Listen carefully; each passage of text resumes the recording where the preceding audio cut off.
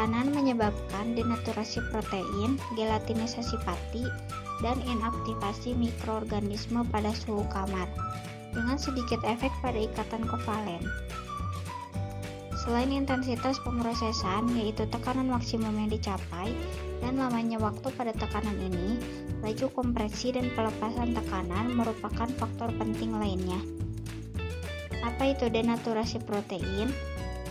Denaturasi protein merupakan suatu proses di mana terjadi perubahan atau modifikasi terhadap konformasi protein. Lebih tepatnya terjadi pada struktur tersier maupun kuartener dari protein. Sehingga protein yang terdenaturasi akan berkurang kelarutannya. Hal ini dikarenakan hubungan entropi suhu dan tekanan, di mana semakin tinggi nilai entropinya, maka suhu dan tekanannya akan semakin tinggi juga.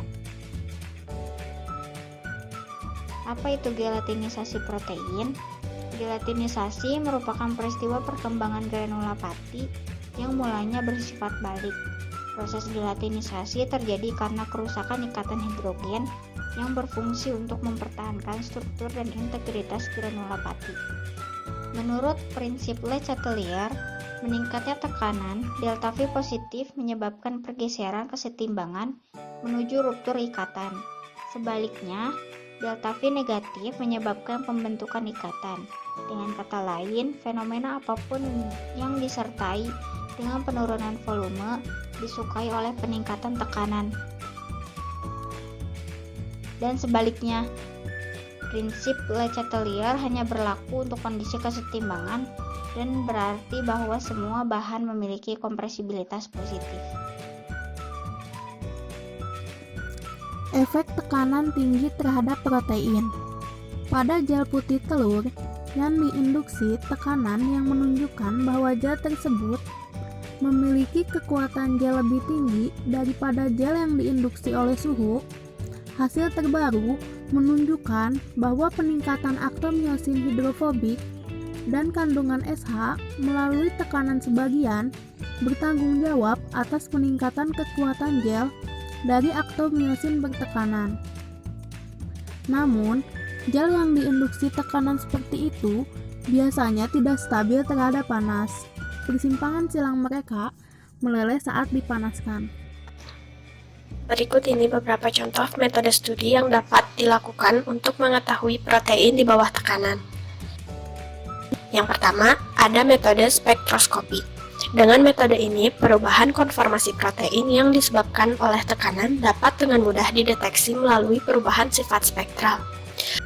Lalu ada metode elektroforesis.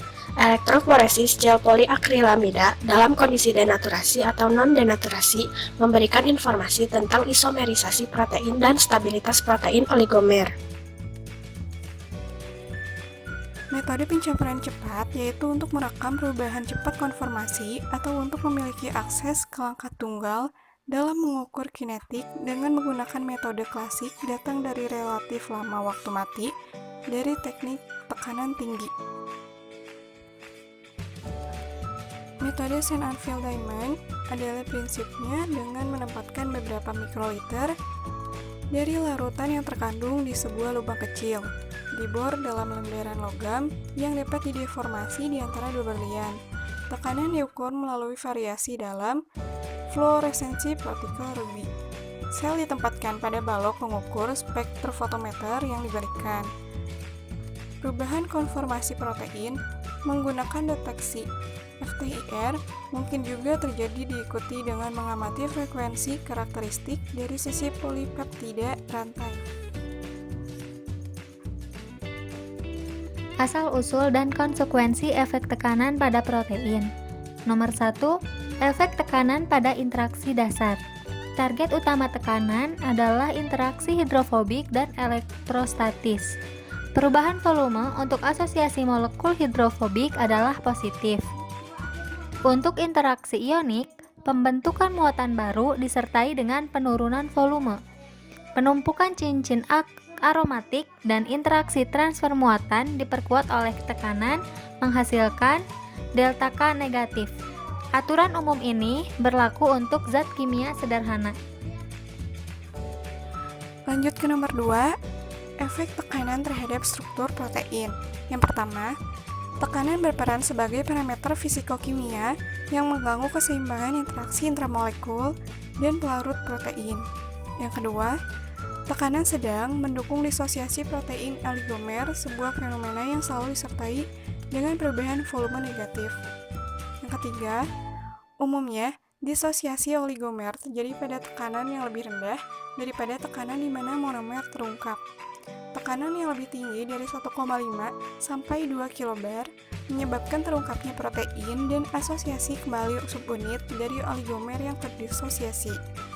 Yang keempat, subunit yang dipisahkan tekanan mengalami perubahan konformasi yang bergantung pada waktu dan renaturasi oligomer setelah pelepasan.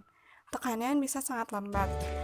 Perubahan struktur tersier yang signifikan terlihat di luar 2 kilobar.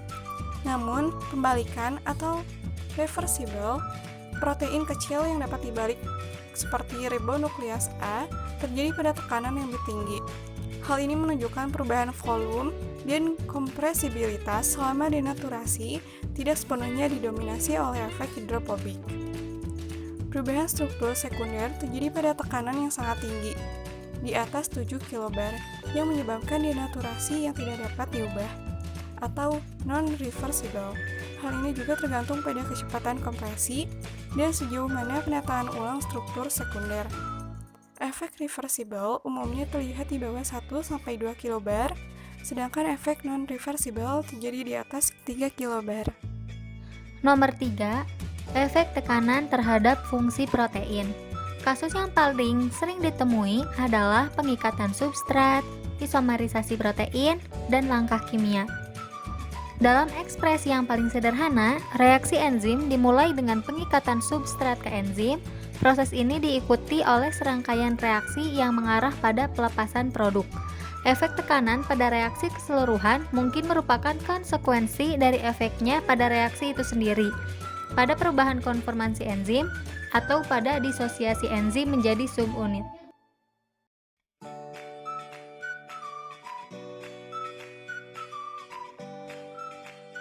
Tekanan hidrostatik mempengaruhi metabolisme dan pertumbuhan mikroba. Tekanan hidrostatik yang lebih tinggi dari 400 atm dapat menghambat atau menghentikan pertumbuhan mikroba.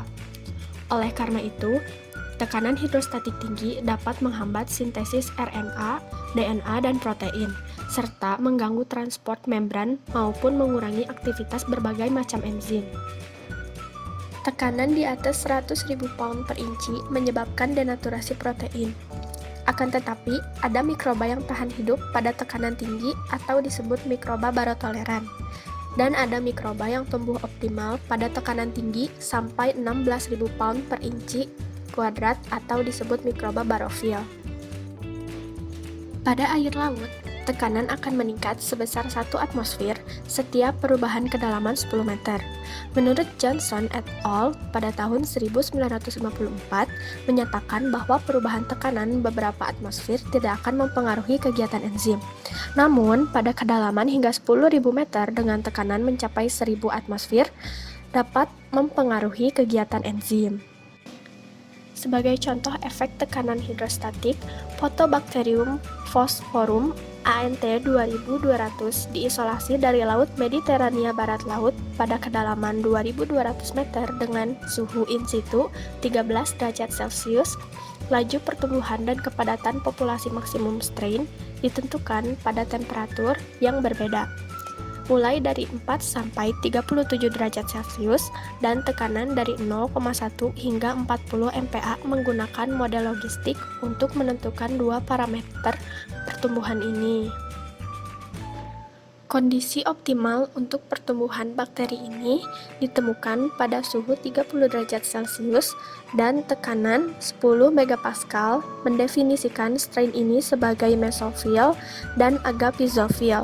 Selain itu, rasio asam lemak seluler tak jenuh dengan jenuh ditemukan lebih tinggi pada tekanan 22 megapascal. Bakteri ini juga tampak merespon tinggi tekanan dengan membentuk agregat sel. Padatan populasi maksimumnya adalah 1,2 kali lebih tinggi dengan tingkat pertumbuhan yang serupa daripada pada tekanan 0,1 megapascal. Strain ANT 2200 yang ditanam pada tekanan 22 megapascal menghasilkan bioluminesensi 3 kali lebih banyak.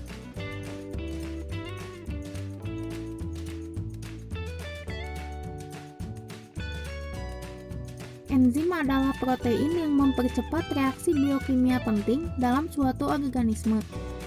Agar enzim dapat bekerja, struktur molekulnya harus stabil dan fleksibel.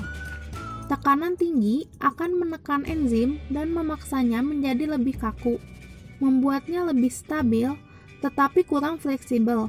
Jadi, agar enzim dalam kondisi ekstrim berfungsi, ia harus beradaptasi untuk memiliki tingkat stabilitas dan fleksibilitas yang tepat. Dapat disimpulkan bahwa tekanan dapat mempengaruhi struktur molekul enzim yang dapat mempengaruhi fungsi kerja enzim. Para peneliti memusatkan perhatian pada enzim yang dipelajari dengan baik yang disebut dihydrofolate reductase yang ditemukan pada E. coli bakteri yang hidup dalam kondisi normal yang disebut mesofil.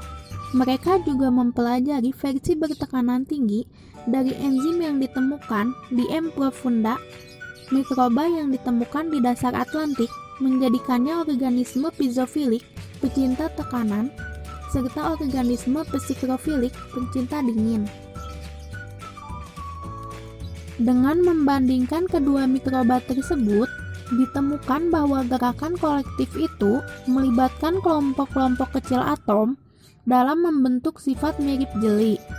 Enzim mesofilik harus bekerja paling baik di bawah tekanan normal, sementara enzim piezofilik harus bekerja paling baik di bawah tekanan tinggi.